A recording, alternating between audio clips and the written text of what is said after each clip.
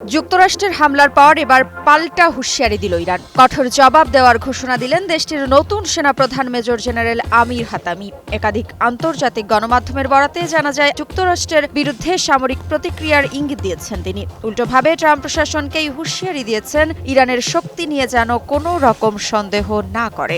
ইসরায়েলের হামলায় নিহত শীর্ষ সেনা কর্মকর্তাদের জায়গায় নতুন নেতৃত্ব আসার পরই এই বক্তব্য। বিশ্লেষকরা বলছেন, এবার পরিস্থিতি গড়াতে পারে সরাসরি যুদ্ধের দিকেই।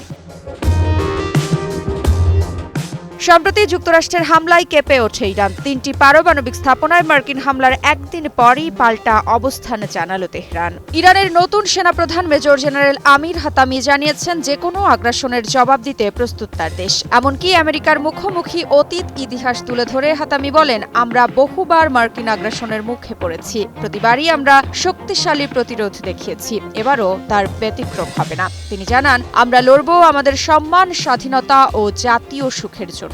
শহীদরা আমাদের থামায়নি, বরং সাহস দিয়েছে। তিনি আমেরিকাকে সতর্ক করে বলেন, ইরানের শক্তি নিয়ে কোনো দ্বিধা করো না। ইরানের এই বার্তা এমন এক সময়ে এলো যখন যুক্তরাষ্ট্রের প্রেসিডেন্ট ডোনাল্ড ট্রাম্প নিজের সিদ্ধান্তকে সাহসী ও যৌক্তিক বলে আখ্যা দিয়েছেন। অন্যদিকে জাতিসংঘ বলছে, এই হামলা আন্তর্জাতিক আইনের চরম লঙ্ঘন এবং মধ্যপ্রাচ্যে আরেকটি যুদ্ধের আগুন জ্বালাতে পারে। বিশ্লেষকরা মনে করছেন, ইসরায়েল আমেরিকার যৌথ কৌশলকে এখন সরাসরি সামরিক চ্যালেঞ্জ জানাতে চাইছে ইরান। ইরানের সাম্প্রতিক কৌশলগত পালাবদলের পেছনে রয়েছে একাধিক কারণ। ইসরায়েলের টার্গেটেড কিলিং এবং যুক্তরাষ্ট্রের হামলার জবাবে তারা সামরিক নেতৃত্বে পরিবর্তন এনেছে। মেজর জেনারেল হাতামির আবির্ভাব সেই পালাবদলেরই প্রতিচ্ছবি। তিনি কেবলই একজন সেনা প্রধান নন, বরং ইসলামী বিপ্লবী গার্ড বাহিনী, আইআরজিসি ও সামরিক বাহিনীর মধ্যে সমন্বয়ের প্রতীক হয়ে উঠেছেন।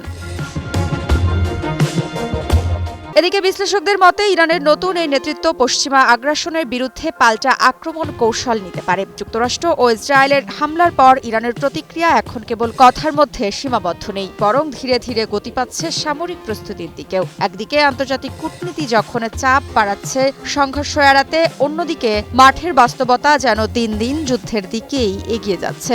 কিন্তু প্রশ্ন হলো, এই উত্তপ্ত উত্তরের রাজনীতি থামবে কোথায় এবং তার আগেই কবে বাজবে পরবর্তী বিস্ফোরণের দামামা? মৃত্তিকা সিনহা বিশ্বাস, নিউজ 24।